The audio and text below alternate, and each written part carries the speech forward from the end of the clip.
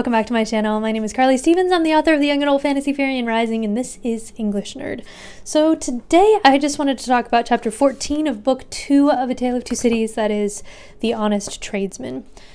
Dickens just published this chapter by itself in All the Year Round, so I'm going to deal with it on its own as well.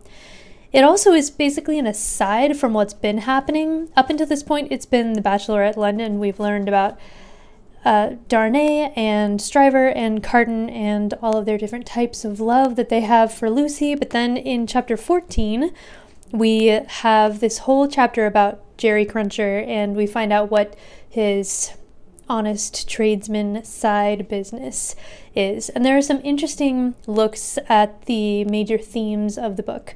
So without further ado, let's take a look. So Jerry Cruncher works as the messenger for Tellson's Bank, of course, so he's sitting there on Fleet Street outside of Tellson's, ready to go, when with his son, which is important, Jerry Jr., when a funeral procession goes by. But it's not a normal funeral procession, it's very much more like a mob. So the funeral goes by, and Jerry Jr. looks at his father and says, "Oh, how exciting, it's a burial," which is an odd response, but he's wise to what his father's been up to at night with those dirty boots and the rusty fingers and everything. And so he goes, "Ooh, hooray, it's a burying," and his father, Jerry Cruncher, just smacks him and says, "Oh, you probably shouldn't say things like that. That's bad form, of course." So Cruncher gets curious about whose funeral this is, of course, and so he talks to somebody who's yelling about how this person is an Old Bailey spy and how they're just the worst person. And so Jerry asks the person, who is it? And the guy says, "Oh, I don't know, spies," and he just keeps yelling and carrying on, which is so mob-like. Up to this point, this is the most mob-like mob that we've seen in the story. We've seen the possibility of mobs with the audience at the Old Bailey during Darnay's trial, or when the wine cask broke in the street at the beginning.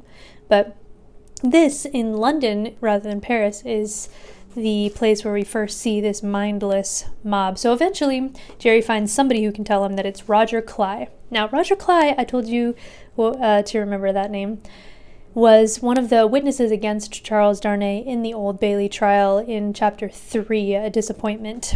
He's the one who didn't steal the silver mustard pot that was just plated with silver. It was never silver all the way through. That's Roger Cly. So Jerry remembers this guy and goes, "Oh man, he was pretty young. He looked healthy," which for him is good news, because this is the chapter where we find out that his honest tradesman side business is digging up dead bodies and selling them to science. It was illegal at the time for people to mess with dead bodies, so it was a black market trade, and that's why he's being all secretive. I think he was on Dickens' mind because there was it was current in the news that there were people who were doing this in Victorian London, during Dickens' time, not during the time that the story is set. And once they ran out of bodies, they started killing people and then selling them for science. So that was very exciting, but that's not what's going on here. So the mob is raging through the streets. There's even a bear there. It's like a crazy traveling circus more than it is a funeral. But eventually, once they reach the graveyard and the coffin goes into the ground, the mob kind of dissipates. They rough up a few people, and then everything goes, as Dickens puts it, with the usual progress of a mob. It kind of fades away. So Jerry goes home and announces to his family that he's going to go fishing that night, and hopefully he'll be able to bring home some fish. So Jerry Jr., who's been very curious about his father's dealings for a long time, just pretends to go to bed, and then when he hears his father getting up, he sneaks out of bed and he sees his father grabbing fishing gear. They keep calling it fishing stuff, but it's clearly not for fishing. There are chains and crowbars and things like that instead. So So Jerry takes all that stuff. He meets up with some compatriots at the graveyard, and they start digging up the dead body around 1 o'clock in the morning. And young Jerry is watching this whole thing. But once the body is actually taken out of the ground, baby Jerry loses his nerve and completely freaks out. He does not want to see the coffin opened and see the dead body taken out. He has had enough. And so he runs back home, but he has this feeling like the coffin almost is chasing him down the lanes of London back to his house. And it's kind of a nightmarish, weird scene. But he runs back, he goes to bed, and in the morning, Jerry Cruncher Sr. seems really put out. He's angry at his wife for flopping against him, for praying against his honest tradesman ways, and it's clear that something went wrong with this particular digging up of the dead body, and they don't make it very clear what it is. I mean, what else could it be except that the body is, like, not there or not in good shape or something, but something is clearly the matter. And the wife kind of gets the brunt of his frustration.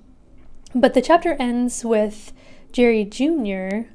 telling his father, or asking his father rather, "What's a resurrection man?" And Mr. Cruncher says, "Well, how should I know?" "How should I know?" He has a raspy voice. "I thought you knowed everything, father," said the artless boy. Says Jerry.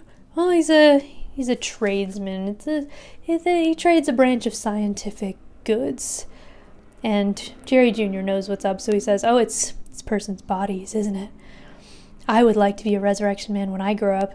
And the fact that his son still looks up to him makes Jerry Cruncher think, you know, this boy's not so bad.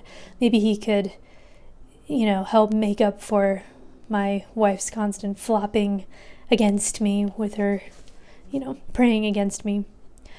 So the reason I think that this chapter is in here, there are a few different reasons. Not only that this was in the news at the time of Dickens' writing, but we also get the theme of resurrection. It's back. So Resurrection Man, this is a different view on resurrection. It's literally taking a dead body out of the ground, not bringing it back to life, but uncovering it. We have the motif of mobs very clearly seen. And again, Dickens doesn't just say that it's Paris that is guilty of having mobs, but London is just as prone to the same kind of human activities, irrational activities as Paris is. And then this moment also becomes an important plot point later on when Jerry Cruncher is able to supply information because of the secret things that he knows. So those are the major points of The Honest Tradesman. It's another one of those ironic titles because, of course, he's not an honest tradesman. He's anything but that's the term that he always gives for what he does. So that is it. Like this video if you like it. Put your comments and questions down below, and don't forget to subscribe for more English nerdy goodness. Bye.